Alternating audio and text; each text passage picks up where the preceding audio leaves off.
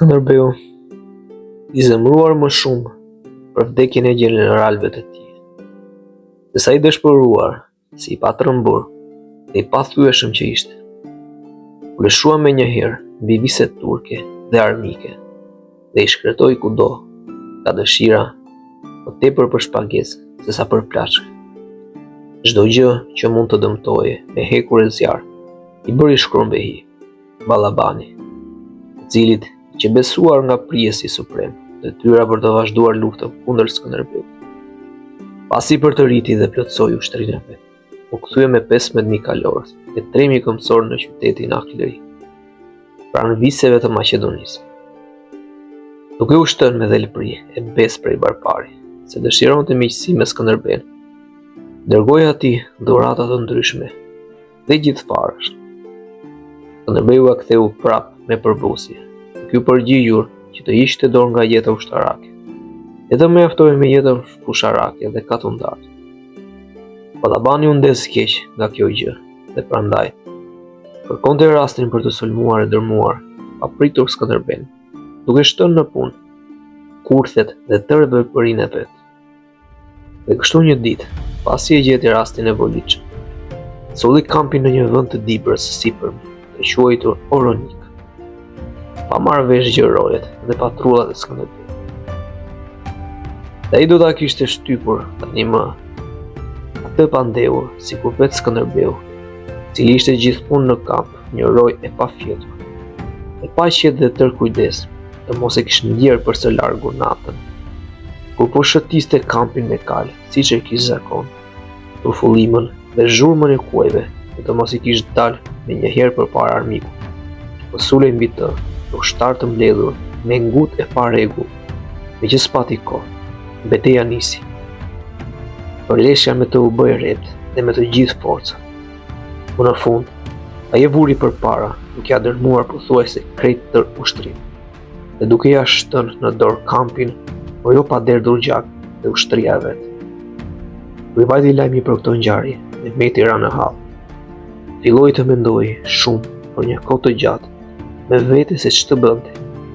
A duhej të vinte ndonjë tjetër apo Ballabanin në krye të ushtarëve të vet kundër Skënderbeut, i cili konsideroi krejt i pathyeshëm dhe i pamposhtur.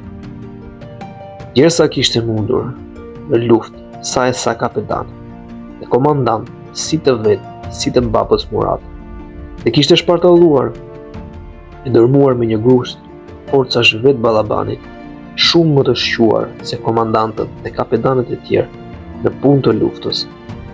Por në fund Otomani, për shumë arsye, vendosi të dërgonte me ushtri kundër Skënderbeut prap Ballabanit, sepse ky ishte kundërshtari më i madh i tij, sepse duke qenë prej Arbëri, njihte shumë mirë vendet e tij dhe sepse dhe të tokës së periote, përveç këtyre.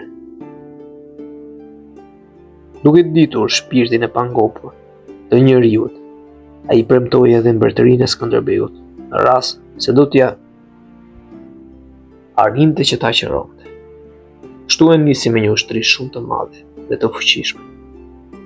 Pasi erdhi me 70.000 kalorës dhe 3.000 këmbësorë në qytetin e Ohrit, para së gjithash, ai dërgoi si dhuratë Skënderbeut huaj shumë të mirë dhe shumë të shpejtë, si edhe roba prej ari dhe prej argjendi, duke i kërkuar që të mos e quate të padënjë për mirësinë dhe shoqërinë me të, duke u zotuar se dhe ai nga ana e vet do ta donte dhe do të qëndronte kudoherë besnik.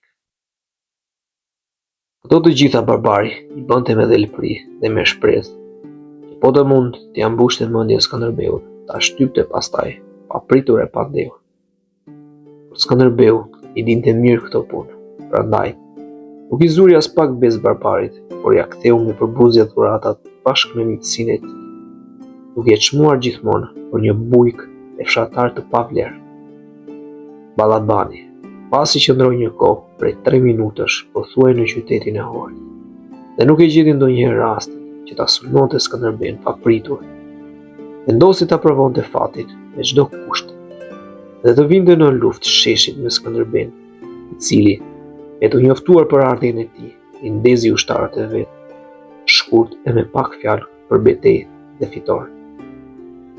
Ju e dini o shok dhe bashkë luftëtar të mi, se ne jemi duke luftuar kundër vjedhës, kundër hajdutëve dhe ndjekësve të Republikës së Krishterë, për mbrojtjen dhe shpëtimin e saj.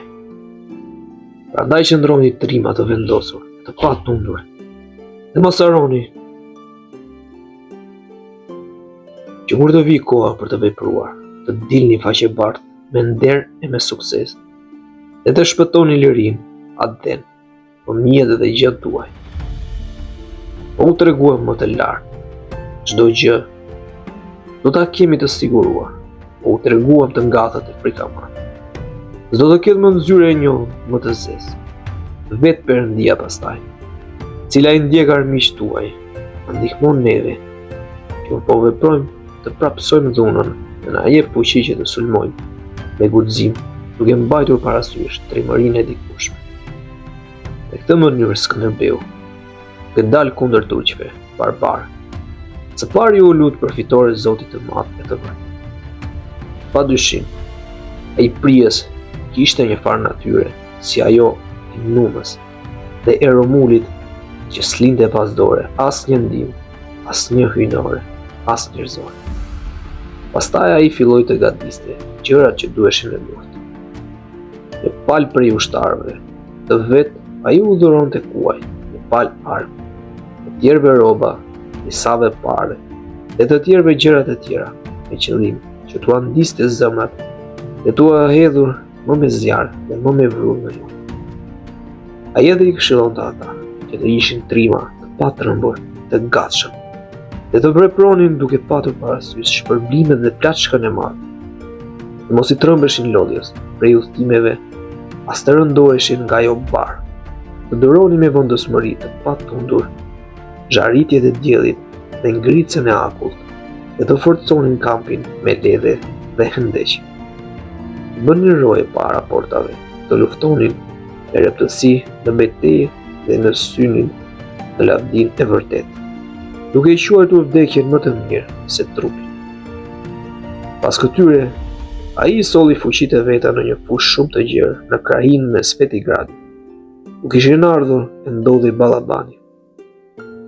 Ushtrinë e vet Skënderbeu e kishte ndarë në 4 pjesë, nga të cilat të parën ja kishte dhënë Ojiko Stresit, të nipit prej Montrit, të dytën Tanush Dukagjinit, të tretën Kapedan Muzakës, bura këta luftëtar shumë të mëdhenj, të katërtën përkundazi e mbajti si kohor për vete.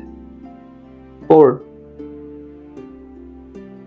në mes të krave të kalorsve, vuri këmbësor, të cilëve vuri në krye 4 bura luftëtar nga më të reptët, Palma Neshi, Peikon Emanuelit, Dimitër Berishën dhe Rajan Kukën. Pasi e solli kështu ushtrin të radhitur dhe të ndarë si më lart, po e priste i patrembur, dhe me gaz në zemër armikun e vet, pa i bërë bisht betejës. I ngacmuar, ja nisi betejës shumë mret e në nënbritmat e lëshuara nga të dy anët. Shumë po binin nga të dy palët, por më shumë nga barbarët. Një kërdi e vrasjes shumë e madhe po bëj kudo.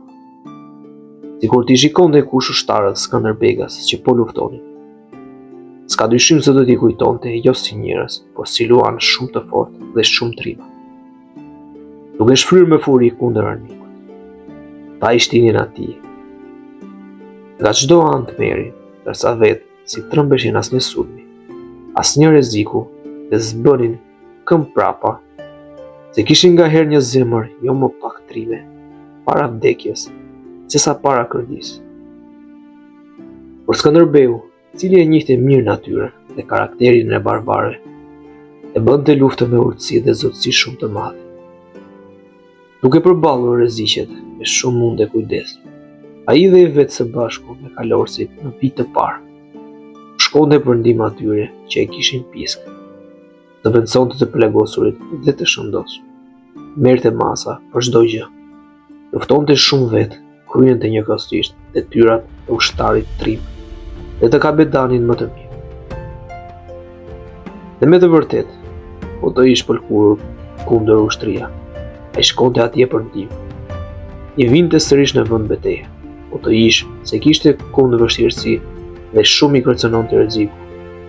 Skënderbeu shkonte atje, merrte në dorë gjendjen e lëkundur, idhe i mbi armiqt, më të dëndur dhe më pranë e tij pushtonte çdo fund dhe merrte fund çdo përleshje. Në këtë mënyrë, për turqit, kishte gjë më të tmerruar, se sa fytyra e tij që u dilte përpara. Kudo që ai shkonte, dorën e kishte sipër. Çdo përleshje me praninë e Skënderbeut përfundonte në barë. Çdo furi me stujë rreziku pushon. Kështu që arbërit, barbarët dhe gjithë të krishterët thonin një gojësh e pohonin se Skënderbeu e kishte nxjerrë Zoti luftëtar më të madh. Ndërsa po luftonte ndërmjet armiqve më të dëndur, kali i tij, i shpuar për vdekje nga barbarët, u përplas mbi trumë, e një druje të vjetër dhe ra për te. Ai gjithashtu i përplasur mbi trumë, për shkak të rrezimit të papritur të kalit, plagos rënd në krah. Turqit kujtonin se Skënderbeu mbaroi dhe vapruan, e grumbulluan atje për ta coptuar. Për ati i dol me njëherë Zot dhe e mbrojtën nga furia dhe tërbimi i tyre, ushtarët e vet. I ndihmuar prej tyre, kërceu me një herë mbi kal. Pasi u lehtësua dhe u paksua dhimbja, pasi mori vete, ai filloi përsëri betejën shumë rreth kundër barbarëve. Ai u lëshua me një vrrull të atill mbi armiqt, së bashku me gardën e vet, saqë të gjithë ata që i dilnin përpara, sa do të ishin, ndërmoheshin. Ta shije kërdin dhe shfarosjen që u boi barbarëve. Tamam, si të shije kallame në fush, të shkuljen nga rënjët prej stujës së furishme, dhe të bien e përplasen për de. Skënderbeu, duke rendur sa këtu atje, çante përmes gjithë vijave armike, dhe shkonte fluturimi përpara, me një mënyrë të tillë që dukej si rufe e vetë tij. Kur i doli një far Sulejmani përpara, një nga komandantët e Ballabanit, burr me emër e trim shumë të madh. Dhe Skënderbeu e vrau trimërisht armiqve, u hyri një frikë e tillë, saqë turqit, duke humbur shpresën për fitore, dhe duke qenë të pafuqishëm për të përballuar furinë dhe vrrullin e të krishterëve, morën Aratin si të mësuar që ishin për të kthyer gjithmonë nga ushtria skënderbegase. Dhe të ndjekur këmba këmbës prej kësaj, u vranë, u shfarosën gati të gjithë, vetë Ballabani, pasi humbi kampin e stermet, me zi mundi të shpërtonte, pas Aratis që mori nga Skënderbeu dhe pothuaj pas shkatrimit të ushtrisë. Ai u nis me gati shumë pak ushtar për tek Otomani, prej të cilit u qërtua shumë. Ballabani u përpoqi me të gjithë forcën që ta shfaqsonte veten para Tiranit. Me veten e t'i ambushte mendje për një farë rrugë dhe mënyre për ta thyer e përmbysur Skënderbeun. Jo mënyrë, po t'i pëlqente Otomanit që ta provonte dhe ta shihte në punë. Ai shpresonte se do të dilte patjetër me sukses,